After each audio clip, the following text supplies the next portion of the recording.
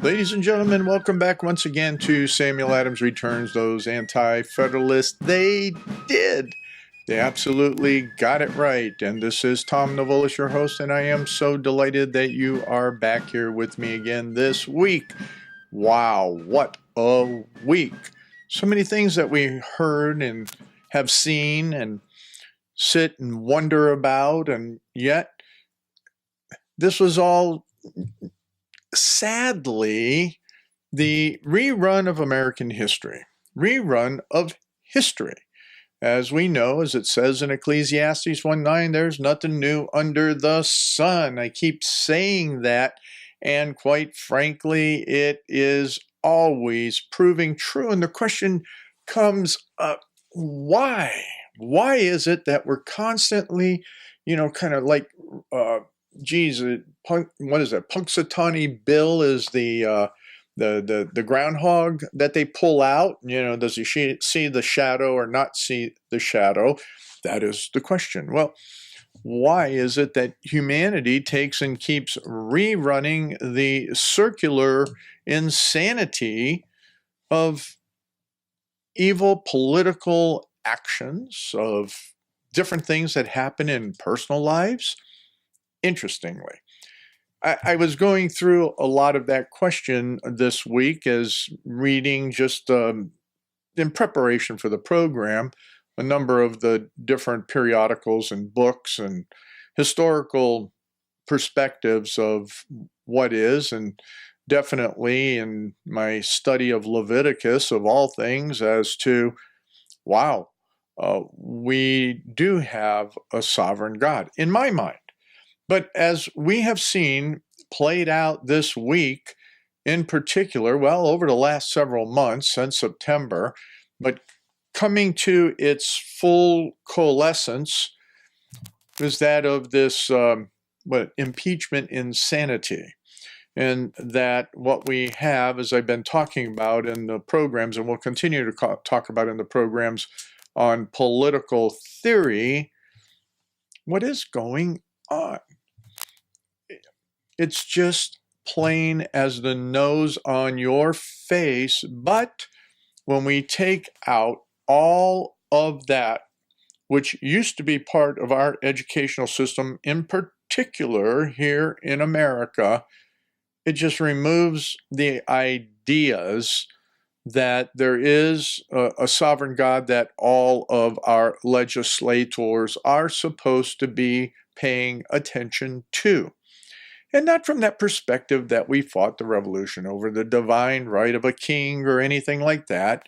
And all of the mongers out there, the mongrels, because they're barking up trees or something else on fire hydrants, are those that, Donald Trump is not going to take and spend more than the allotted time constitutionally directed as president. He is not a dictator by far. And what we have observed this week at the State of the Union address was, in fact, what it means to be a tyrant hater. The tyrant haters, in particular, were shown by the Democrats, and that they purposefully sat on their hands, when in reality, what they were doing was showing what every other pundit, I'm going to say the same thing. They were showing their intolerance for you as a people that are the governors. They are only there as representatives. And what it means is that, in fact, that those that they may be representing may be what they are. Maybe they want to be those tyrants. Or worse, when we study the likes of Bastia, when we study the likes of other historical characters, when we study the likes of Sidney that we talked about last week, when we study Locke, and even some of the others that I don't always agree with, that what we see are those power-hungry mongrels on the Democrat side that are controlling, and those that want to be controlled by government, or they think that government is going to give them everything. That is not what the world is supposed to be about. So as I take and as I have been studying and kind of stepping through from the initial steps, is that differentiation of God intervening in the world in a particular people for a particular purpose. And as they are walked through the desert, Israel is given a mechanism by which they should govern. And the institution of the forms of laws that they are governed under are those that are representative to a sovereign God, not to Moses, not to a king, not to anything other than the sovereign God of creation. But, that doesn't mean, a lick of a cow anymore, because what that's going on is that, as we've been talking about, postmodernism is taking and hacking its way through that. Even worse, as I've been going through another book for preparation of today, is the Orators of the American Revolution. And just in the introduction alone, what we see is that person in the preface, that author, as he goes through and describes all of those that impacted that period of history. We're doing it in a summation that it was a reference to the Christianity. The discoloring areas of it were that which was part of the deceitful brilliance of the French Revolution, the thinking that that was some kind of democratic whoop-de-doo and party, but in fact it turned into a disaster in tyranny with no energy, for people. It just became selfish ambitions. Napoleon did the same thing. But then when we start looking at the great architects of various things, including history, including the different aspects of science, including Smith with what he did in a new science of economics in so many different ways, they kind of all got wrapped into the blessings of a Christian civilization.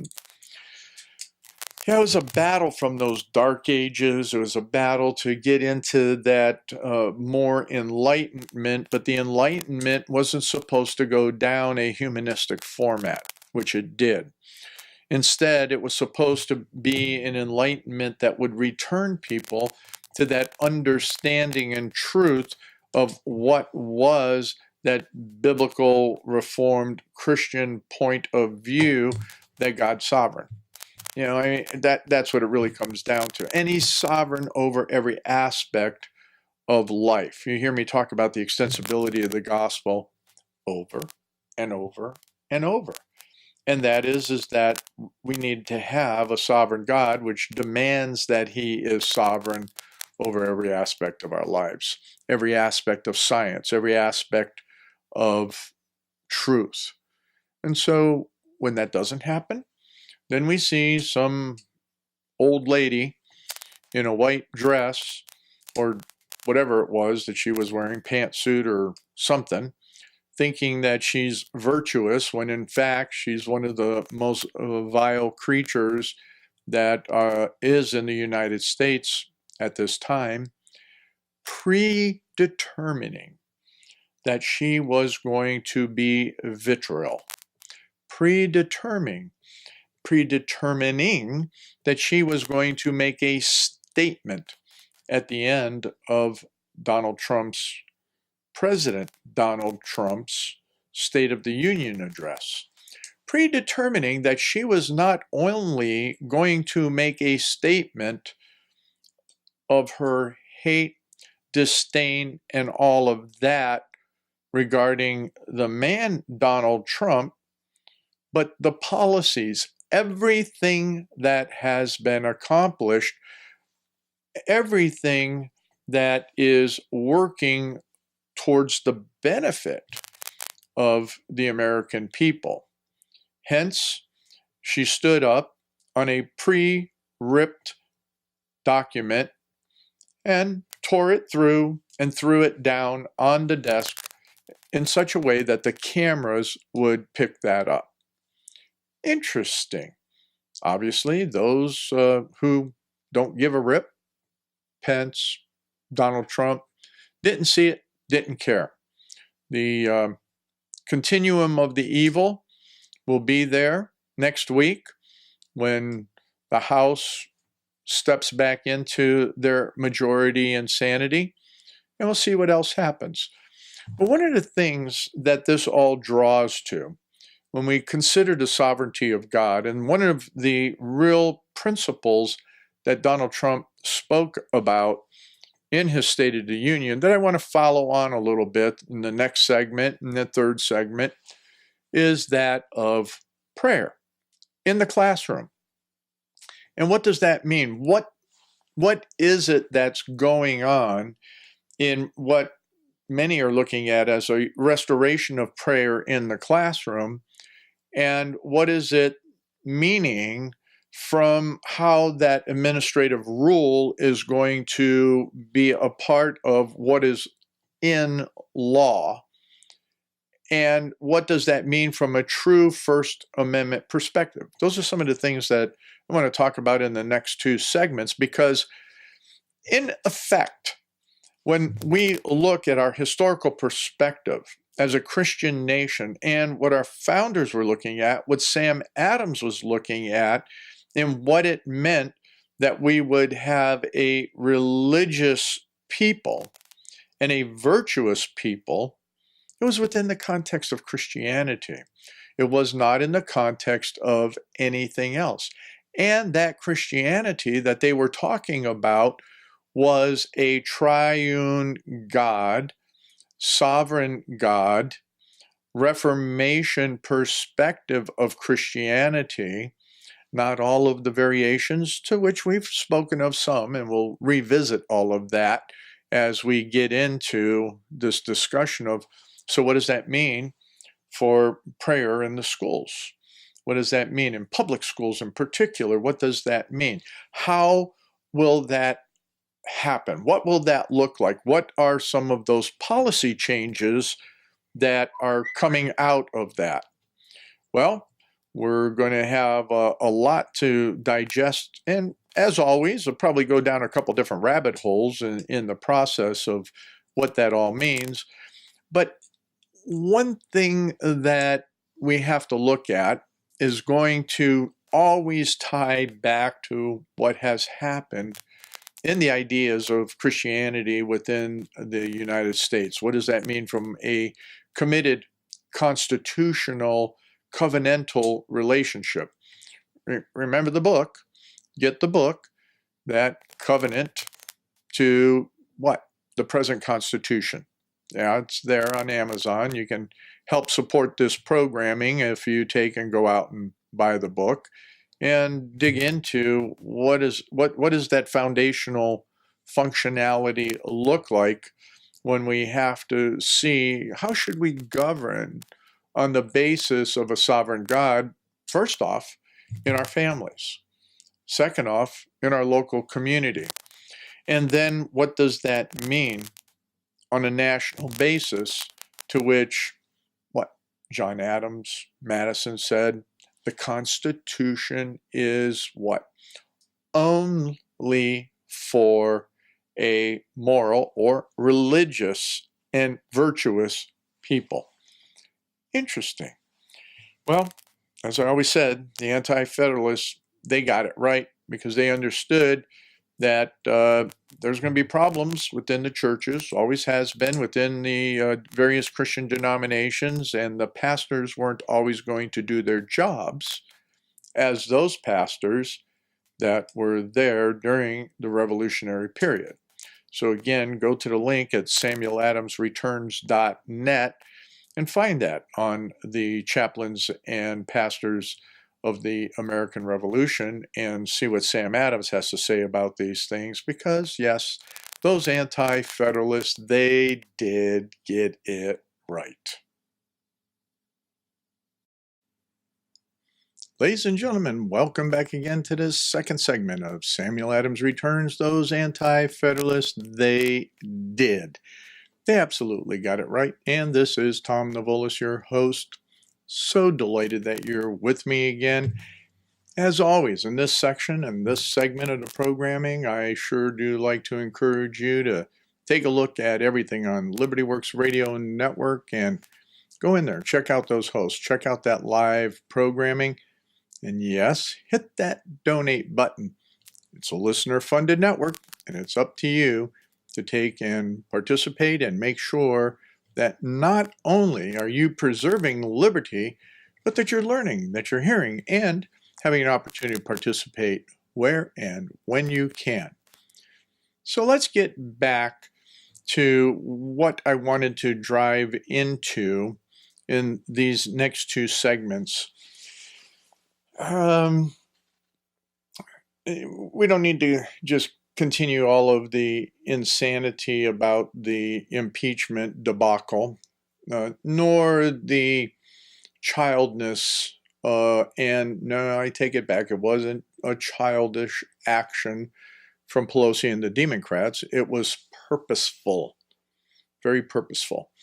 And in that purposefulness of their actions and their push against you and me and everybody else, they are not going through and honoring the sovereignty of God. Now, I think it interesting, as Kath was relaying to me regarding the prayer breakfast, national prayer breakfast that was going on, and President Trump's comment that, it's frustrating, I don't know his exact word, but I'm paraphrasing, that it's just not right when somebody says they're praying for you. In reality, they are not.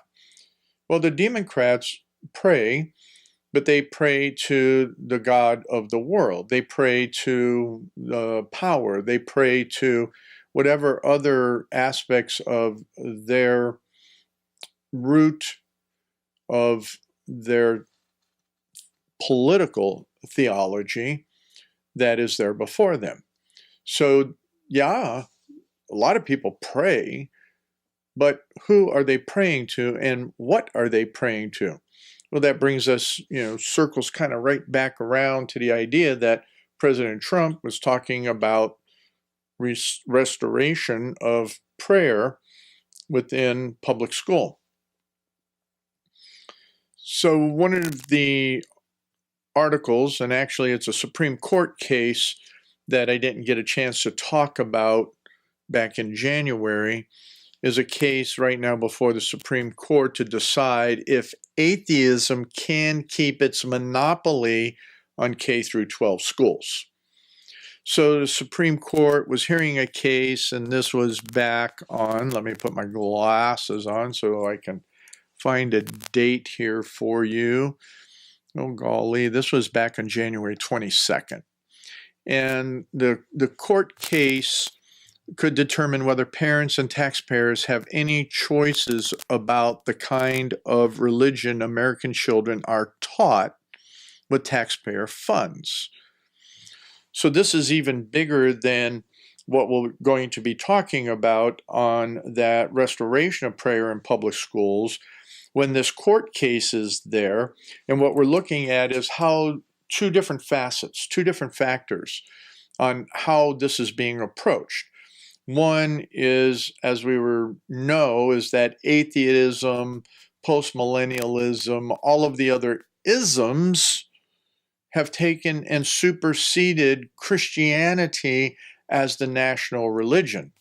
And we see that in the Pew numbers. We've talked about that even on some of the sermons and how they are, what terminology is even used in sermons, a lot of different stuff. But it's going to be very, very interesting as we have to understand this Supreme Court case, which I'm going to talk about some more in a moment. And then we'll probably carry over into the third segment, that of the bureaucratic approach that President Trump signed in an executive order for a restoration of prayer into the public schools. And what does that mean, especially from a multi-dimensional faith perspective, when we have seen over and over in a number of schools that Islam is pushed and Christianity is pushed out.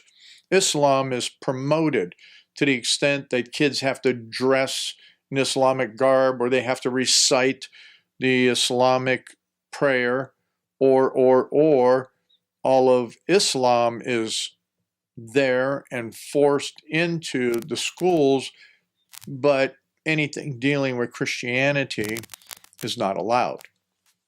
So it'll be very, very interesting to see, and we'll talk about some of the law, possibly, if we have time to do that, that I found there. But this court case, I thought this court case was extremely interesting, and there's an article here that is in your references from the Federalist that it's in the District of Columbia Public School. It was written by a Joy Pullman. And in here, she's writing about this Supreme Court case called Espinoza versus Montana Department of Revenue, concerning whether private donations may support schools that make their religious beliefs explicit. It could undo centuries of U.S. court and legislative decisions that used animus between Protestant and Catholics to attack the faith of both kinds of Christian children over the last century. So 5 years ago, and here's the basis of it from the article. I'm just going to outline it for you and then just show you that this is now before the Supreme Court, is that the Montana legislature enacted a tiny school choice program that allows residents to reduce up to $150 on state taxes for their donation to private school scholarships. Private school scholarships. And that they get a tax reduction for that. 18 states offer similar charitable opportunities, which fund private schools using private money. Montana Taxation Agency opportunities, which fund private schools using private money. Montana, however, banned religious schools from accessing these private donations on the grounds that would violate the state constitution's ban on using public funds for sectarian schools. So part of the point in the initial perspective in this argument is that already Montana is allowing for taxpayer dollars, your dollar or those of the Montanan, to take and put $150 to a private school and get a tax deduction for it. So with that $150, now they passed a law that says that, wait a minute, okay, a private school is fine, but if it is a sectarian school, a Christian school in particular, then that doesn't fly.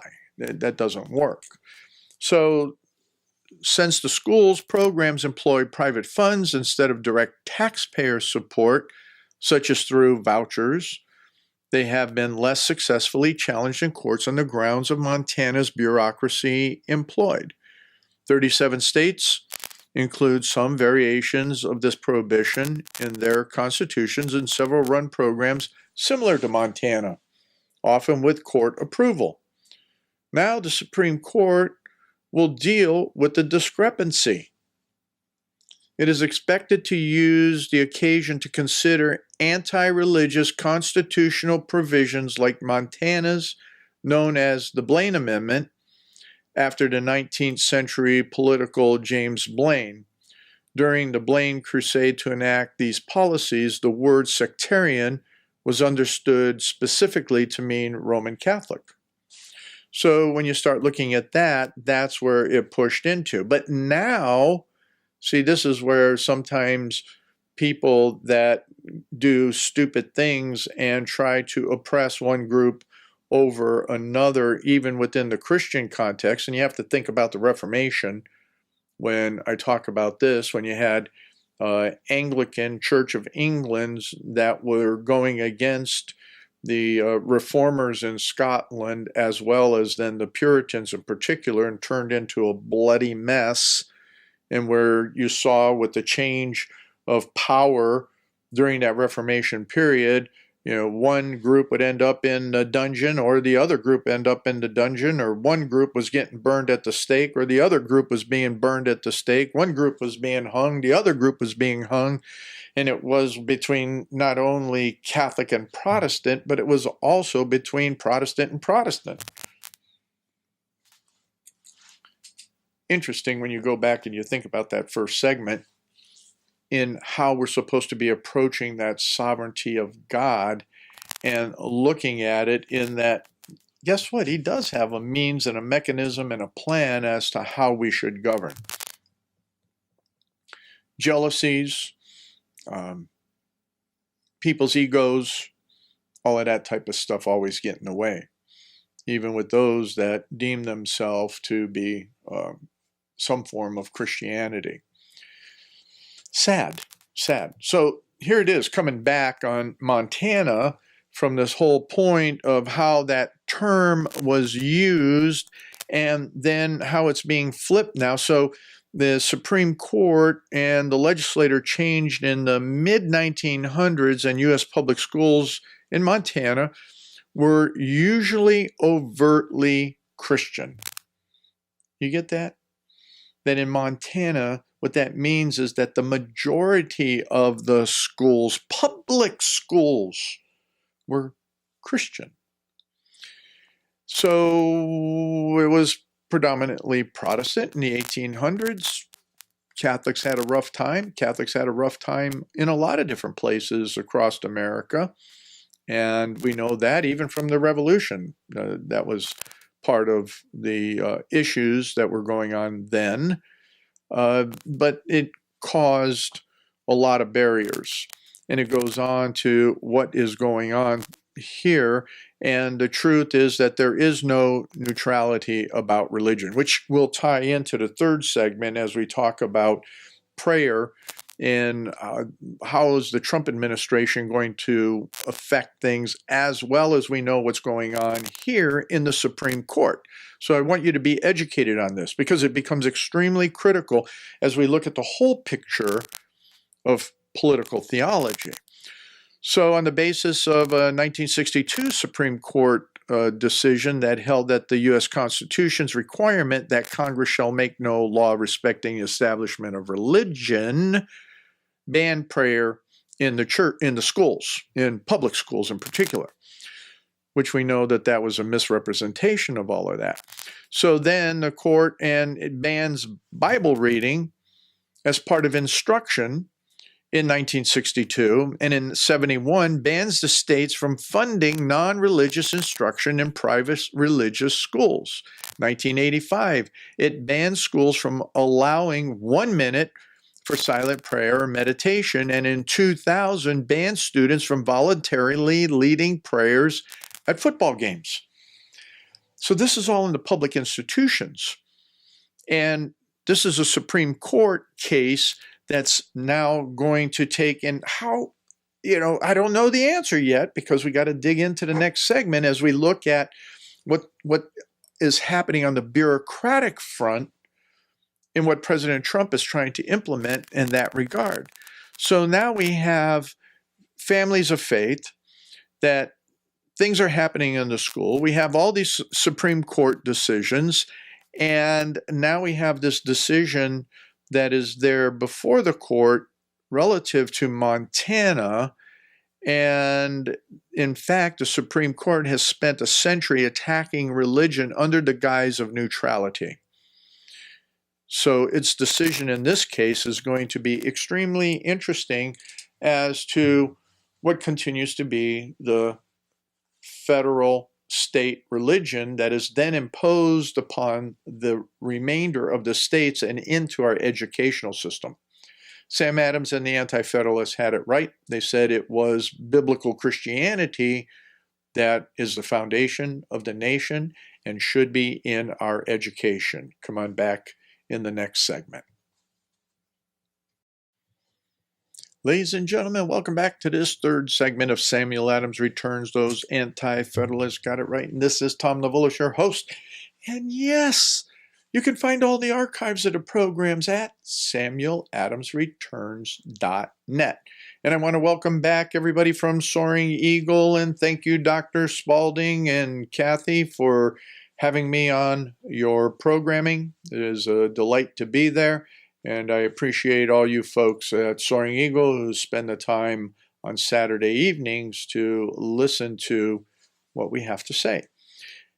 So as we continue to talk about prayer in schools, we want to look at what President Trump's idea is to take and allow that to happen when, as I mentioned already in the last segment, that Supreme Court case that is before the court right now. Arguments were back in January, as I understand it. And we will see if atheism continues and the other isms, quite frankly, globalism, socialism, even though President Trump says we will not be a socialist nation until we fully get rid of Obamacare, we fully get rid of a number of different things, which I don't want to go down that rabbit hole on, but stay on this about prayer, because prayer is something necessary. And prayer acknowledges then that the supreme God of the universe is whom should be sovereign within our own lives as well as within our institutions. That's really a bite out there for a lot of folks, is that God is supposed to be supreme in our institutions. Well, not only that, he's supposed to be sovereign not only over our lives, but he's sovereign over our families. He's sovereign over our work. Wait a minute.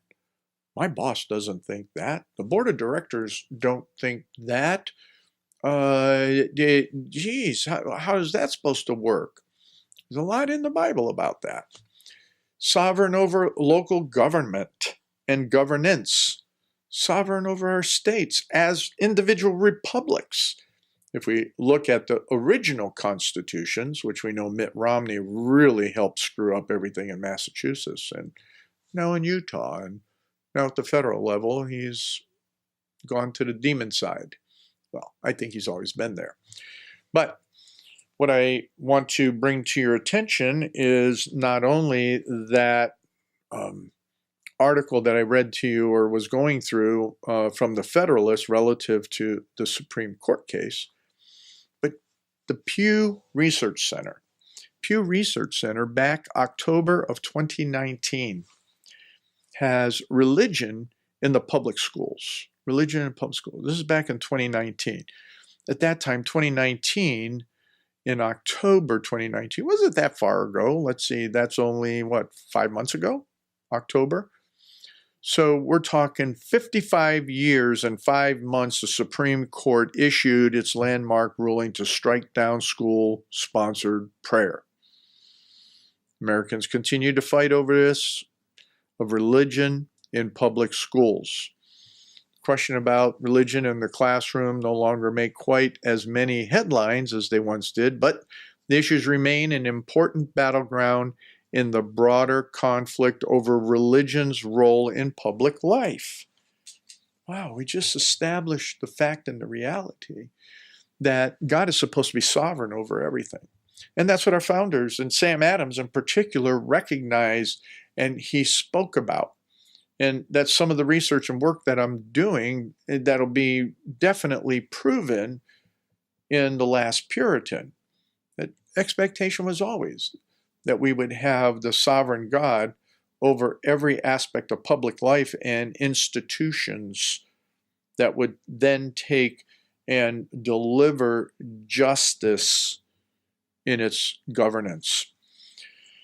Well, the debate goes on, and we'll see what happens in this. In your references again is this whole article, very long article from the Pew Report, Religion in a Public School. Not a lot of conclusions, but they step through as well a lot of the various fights that happened and Supreme Court cases that moved through. And again, you have to go look at the structure of the Supreme Court. So I think what President Trump has done in bringing the structure of the Supreme Court more in alignment with foundational constitutionalism, we can see that that becomes very important. And it will be interesting to see how the two newest justices look at constitutionalism from a historical framework. Now we can go through, there's the steady cases, 1940 was Cantwell versus Connecticut, and then Everson versus the Board of Education of Ewing Township in 47, which really tore apart the full essence of that clause on religious expression and freedom there from the First Amendment. Everson went through, and next thing you knew, there was the McCollum versus the Board of Education, so on and so forth. The terrible one of Ingalls versus Vitale, which took school prayer and just trashed it, and on. So some are saying that that's why they threw the pledge out, is because the Pledge of Allegiance was so tied to prayer that you can't have the Pledge of Allegiance in schools either. And so there were various attacks on that, various attacks on taking the Bible completely out. So what we have is we've taken out morality. We've taken out that whole essence of everything that I've talked about, which ties then into if kids don't have a moral guidance, a substance upon which to take and bring the continuity within their lives, wow, it just hits the road. And then there's another article that I wanted to bring to bear in this whole challenge as we look at it. And it's fun jumping through things here, is that when we try to consider what President Trump is trying to accomplish, the question becomes, well, how are you going to do that when all this other stuff is out there? Well, I went to a website that I go to only because I like keeping track of who they are and what they're doing, and that's in your references as well. But it is the facts, the FAQs, facts, Trump administration issues clarification on religious freedom in public schools and colleges. What does that mean? What just happened? Are some of the subtitles in here. What is the new guidance on religious freedom in public schools? So there's already public law out there, and what can you do within the context of that public law? You know, you provide information on the current state of the law concerning religious expression in schools. And the big issue is when you go and you start digging through the public laws themselves and what it is, again, the school boards are not following the law. Because in effect, with all of this of pushing this Islam, LGBTQ stuff, which is a religion, it's not just a social thing. We're going to do another program in political theory that talks about cultural political theory, where all of this sexual insanity is actually a religion that is being pushed on the people and the children, is that schools are not supposed to do that. The administration is not supposed to be imposing, nor are teachers supposed to be imposing the religious beliefs upon the children in schools. That's the law, okay? That's the summation of it. That's a simple explanation of the law. When in fact, and in effect, what we have going on is that teachers and administrators are pushing their religious belief contrary to the existing law on kids. So, how do we do this? How do we get through this whole thing? So, as the bullets here And if you go to that article, it's about one of the most simple ones that I can find right now without going through all of the different rule changes and all the different agencies. And that's critical because it's a lot. Students may pray when not engaged in school activities or instruction, subject to the same rule designed to prevent material disruption of the educational program that are applied to other privately initiated expressive activities. Okay, that takes a whole program just to define that one. It's, what does it mean? Among other things, another bullet. Students may read their Bible, Torah, Quran, or other scriptures, say grace before meals, and pray or study religious materials with fellow students during recess, the lunch hour, or other non-instructional time to the same extent that they may engage in non-religious activities. That's a huge win because so many schools where you could have your Quran there, but you couldn't have your Torah and you couldn't have your Bible. You couldn't say grace. If you started bowing your head to say grace, the monitor in the, in the lunchroom would go ballistic. School authorities are allowed to impose rules of order and pedagogical restrictions on students' activities, though they may not discriminate against student prayer or religious perspectives in applying such rules and restrictions. That's a huge change, okay? Students may organize prayer groups, religious clubs, and, quote, see you at the pole, end quote, gatherings before school to the same extent that students are permitted to organize other non-curricular student activity groups. Such groups must be given the same access to school facilities for assembling as is given to other non-curricular groups. School authorities possess substantial direction concerning whether to permit the use of school media for student advertising or announcements regarding non-curricular activities. Another bullet. School authorities may disclaim sponsorship of non-curricular groups and events, provided they administer such disclaimers in a manner that neither favor nor disfavor groups that meet to engage in prayer or express their religious perspectives. There's about another 20 different bullets here. The students have a right to distribute religious literature to their schoolmates on the same terms as they are permitted to distribute other literature unrelated to school curriculum or activities. Schools may impose the same reasonable time, place, and manner, other constitutional restrictions on distribution of religious literature as they do on non-school literature generally, but they may not single out religious literature for special regulation. Public schools may not provide religious instruction, but may teach about religion. For example, philosophical questions concerning religion, comparative religion, the Bible, or other religious teachings as literature, and so on, are permissible public school subjects. Whole bunch more. Like I said, go to this article, which I think does a very nice job of bullet pointing all of the various bureaucratic rules that are now going through all the different agencies. It's not just in the Department of Education. It's in the Department of Social Services. It's the Department of Human this and blah, blah, blah. It's the Department of Housing and blah, blah, blah.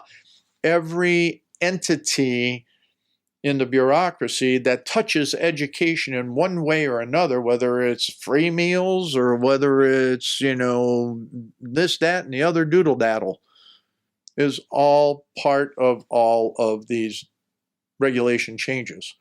So I suggest you go to this particular article down there, and I have it bolded so that you can find it easy enough. But you know what? In our Founders Day, it was very, very simple. You see, Sam Adams wrote to Thomas Jefferson, as well as he wrote to John Adams, as well as he wrote to many others that very simply said that we need to have religious instruction, but that being a Christian religious instruction, and that it should be in schools that are publicly funded, because without it, we will not have that moral and virtuous people that know how to self-rule. So there you have it. Read the articles. It's important. You know, Sam Adams understood the truth.